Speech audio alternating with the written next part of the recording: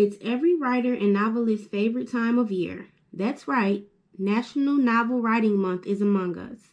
National Novel Writing Month, aka NaNoWriMo, or NaNo for short, is an international creative writing event where participants try to complete a 50,000-word novel during the month of November. Over the last decade, it has become increasingly popular among writers, with hundreds of thousands of aspiring novelists participating every year. You might be new to Nano and have questions about how you can participate. Well, this video will break down the essentials every writer needs to make the most of the month. So, without further ado, let's get into it. Goals. The first step to planning your piece of writing is to decide what you want the end result to be, whether it's to actually complete the first draft of your novel or just get your story down on paper. You want to have an idea of where you want to end. The last thing you want to do is get midway through November and realize you don't know where you're going with it.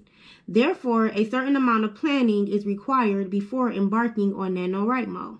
Whether you start Nano with just an idea or a full-blown outline matters not. Just that you have some idea of the core themes and concepts of your novel, something that you can build on. Notebook. This can be a physical notebook or a digital one. It all depends on you. I personally like to keep a physical notebook. I'm new school mixed with a little bit of old school, so I like to get my shit down on paper first, and then I'll transfer it to a digital file or notebook. I don't have any favorite brand or type of notebook. I'm good for just grabbing a few from my local dollar store. If you want to get a fancy schmancy notebook for your novel, have at it, hoss. Obviously, if you get a physical notebook, you'll need the proper writing utensils. This can be a pen, pencil, Sharpie, whatever floats your boat. While I am not particular about the type of notebook I use, I am very picky when it comes to what pen I use. My favorite right now is the Zebra F402. I like that it has a very fine point and glides effortlessly across the page. Plus, the rubber grip makes writing for extended amounts of time even more comfortable. Regarding digital notebooks, this can be anything: Word, OneNote, Notepad, Google Docs, Scrivener, whatever works best for you.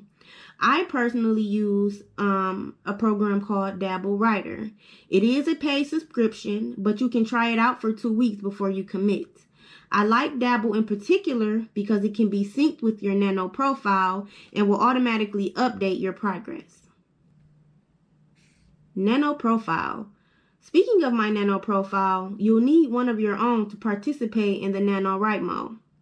Signing up is free and easy. Just go to nanowrimo.org and hit sign up. Once registered, you can set your writing goal. Workspace and routine. Most experienced writers already kind of have a certain place and time they like to write. For instance, I have a desk in my bedroom where I like to work, and I'm an early riser, so I generally do my writing early in the morning before my AM workout, which is usually around 4 or 5 a.m. I am an early bird, so waking up this early is of no contest to me. But if you aren't an early riser, set a time that works best for you. When are you most alert? When are you most motivated and focused? This will be a good time for you. When it comes to a workspace, I will opt for somewhere that's distraction-free. This may require you to leave your house and go to a library or somewhere else quiet. I often hear coffee houses listed as good places to write, but I live in a big city and the local Starbucks is full of hustle and bustle year-round. I don't go to these places. They do absolutely nothing for me creatively. However, there are people whose writing thrives in these types of environments.